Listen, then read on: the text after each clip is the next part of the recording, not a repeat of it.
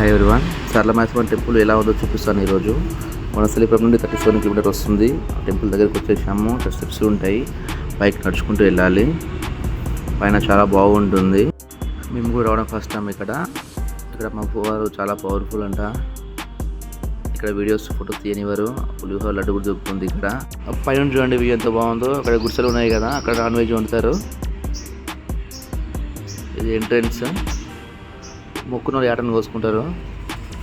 నాటుకోడి చికెన్ కూడా దొరుకుతుంది, బయట చికెన్.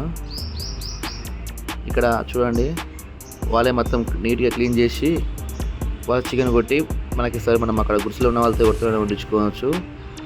చాలా బాగా వండుతారు ఇక్కడ. టేస్ట్ చాలా బాగుంది.